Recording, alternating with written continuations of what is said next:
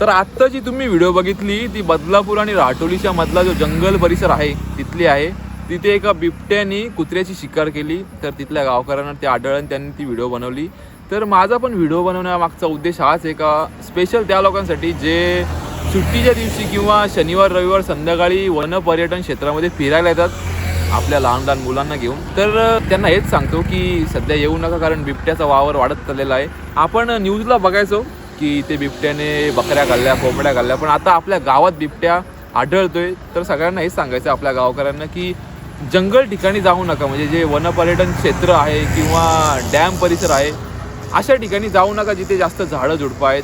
आणि एकटे तर कधीच नका जाऊ, आणि जात असेल काही कारणास्तव तर सांभाळून जा, एवढंच सांगेल.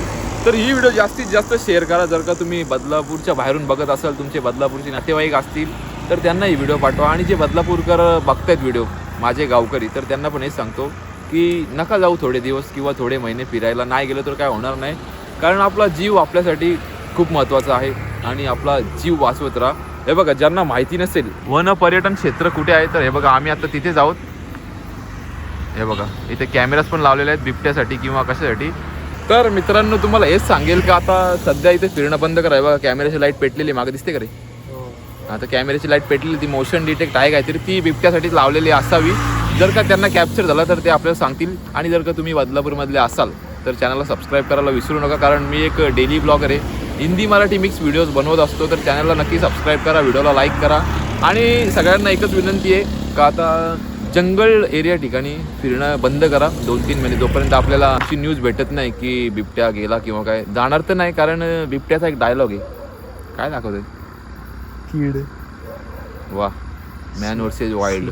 चालू आहे. हां, इकडचे आपले ब्लॉग आहेत, ते ब्लॉग बघून बरेच लोक आलेली पण आहेत इकडे. तर त्यांना एकच विनंती आहे, जे ब्लॉग बघून येणार असतील तर त्यांनी आता येऊ नका, कारण इथे धोका आहे सध्या तरी. तुम्ही तुमची मुलं घेऊन येता, फॅमिली घेऊन येता, तर त्यांचा जीव आपल्यासाठी महत्त्वाचा आहे. फिरायला नाही गेलो एक दिवस तर काय होणार नाही.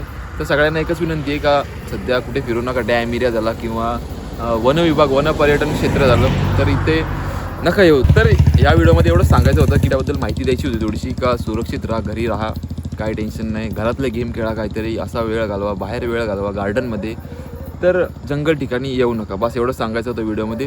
व्हिडिओला लाईक करा, चॅनलला सबस्क्राईब करा आणि जास्तीत जास्त शेअर करा. जर का तुमचे नातेवाईक बदलापूरमध्ये असतील किंवा तुमचे मित्र असतील त्यांना शेअर करा व्हिडिओ. Bye bye.